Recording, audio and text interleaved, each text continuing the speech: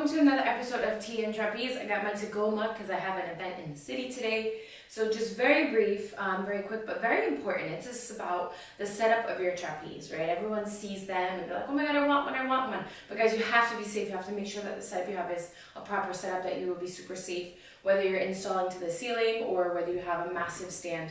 My suggestion, if you have a stand, or are interested in getting a stand, I really don't suggest it unless you're an instructor. So you can do festivals and pop-up events along those lines, because if you notice here, it does sway.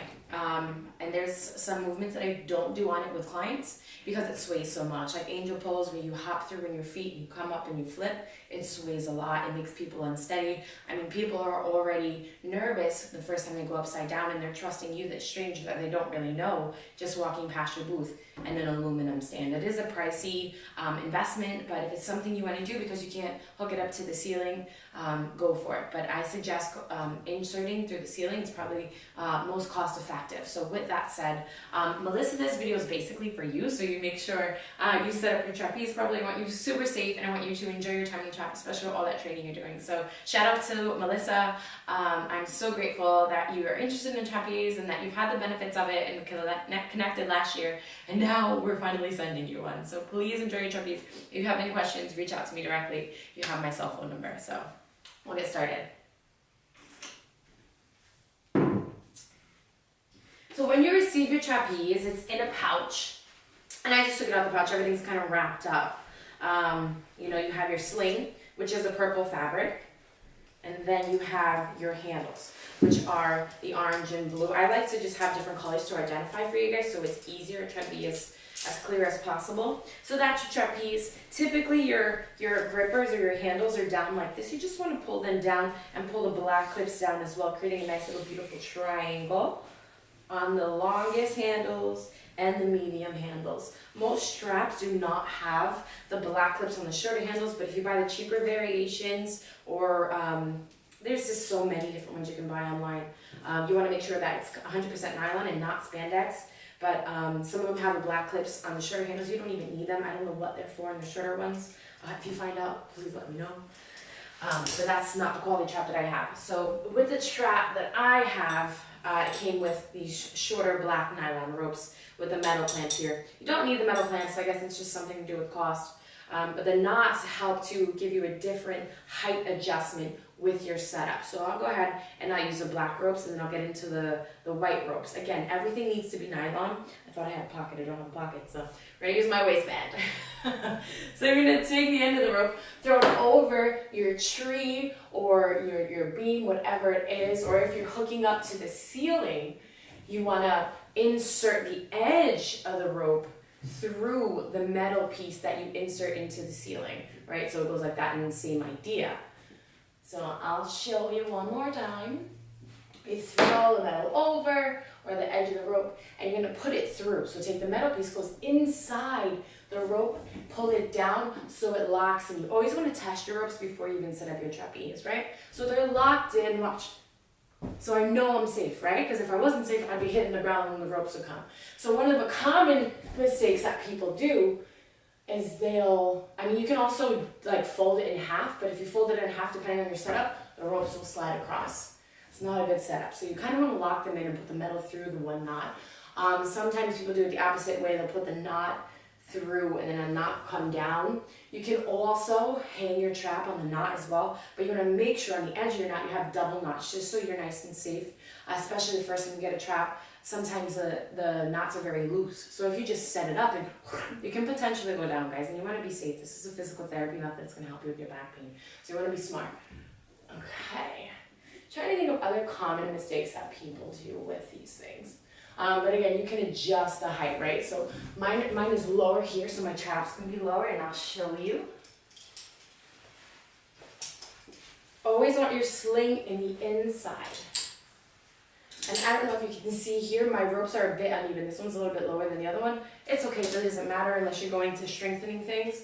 But there's a way around that as well. So you don't really have to play with the ropes or worry about that as much. See, so I'm lower, so I can get into my first inversion by sitting into the fabric clips down that helps narrow the fabric so it doesn't wrap around the legs, and I have another video about this, so I really don't have to do it, but this is just for a lower end version. So the idea is, whoop, there goes the ropes, but your shoulders stay on the ground so you still get the nice reversal of the spinal fluid. Okay. So the other idea with the longer ropes, that I should have just put them around.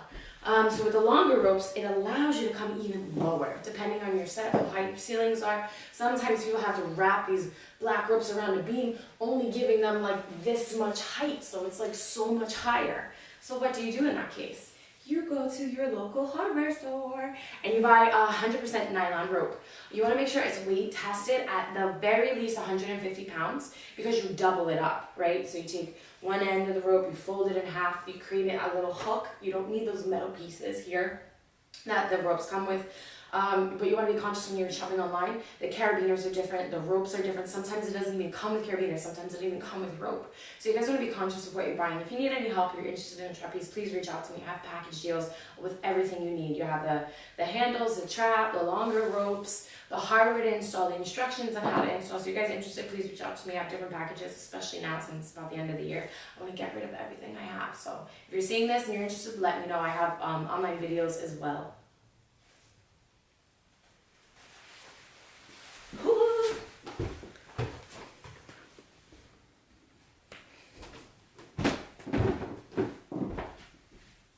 Alright, and the ideas with the longer ropes, you can see how much further your trap will come down. Maybe my shoulders will actually touch the ground this time.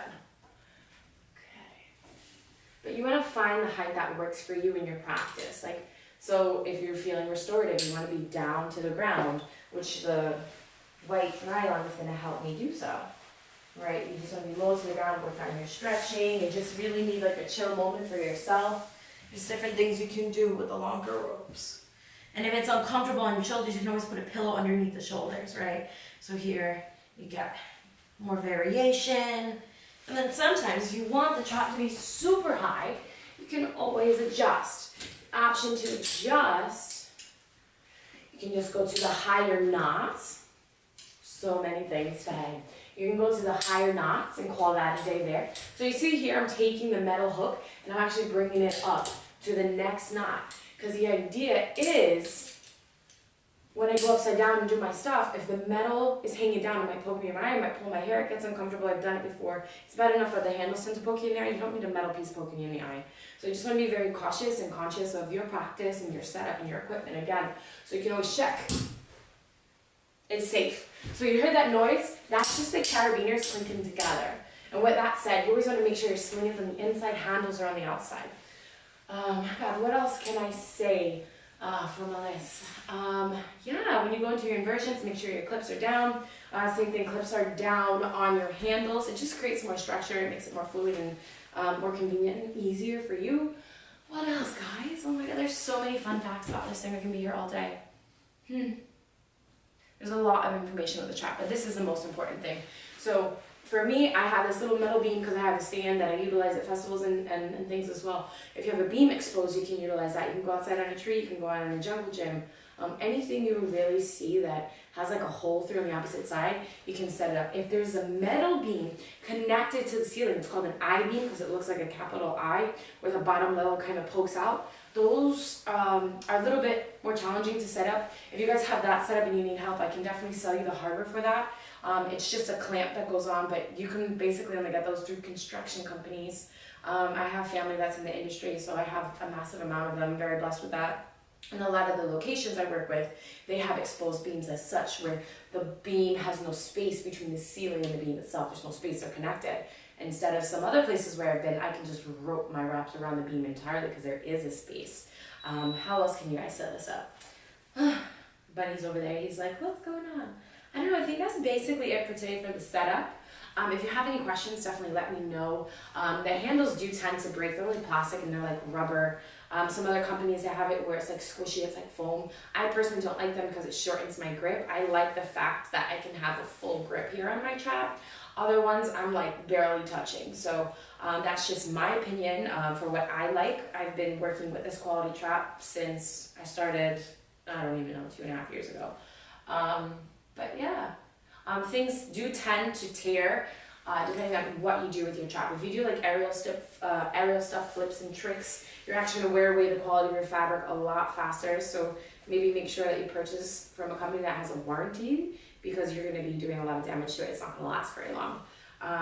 But there's other ways to do things. You can buy silk as well, if that's your intent, but this is very basic and very physical therapy conscious and focused. So it comes down to what you want as a consumer, and the bun's going crazy. It comes down to what you want as a consumer, what you're looking for. If you're just looking to do it for fun, if you're looking to do it with your friends, if you're looking to do it because you have back pain and you're tired of suffering with your back pain, trap is definitely an option for you. It's the option for me, and I'm standing here today and I don't have any pain because of this piece of fabric. So yeah, guys, if you have any questions, please reach out. Melissa, happy trap. There's a whole bunch of clothes. I have other clothes on my website that you just have to sign into.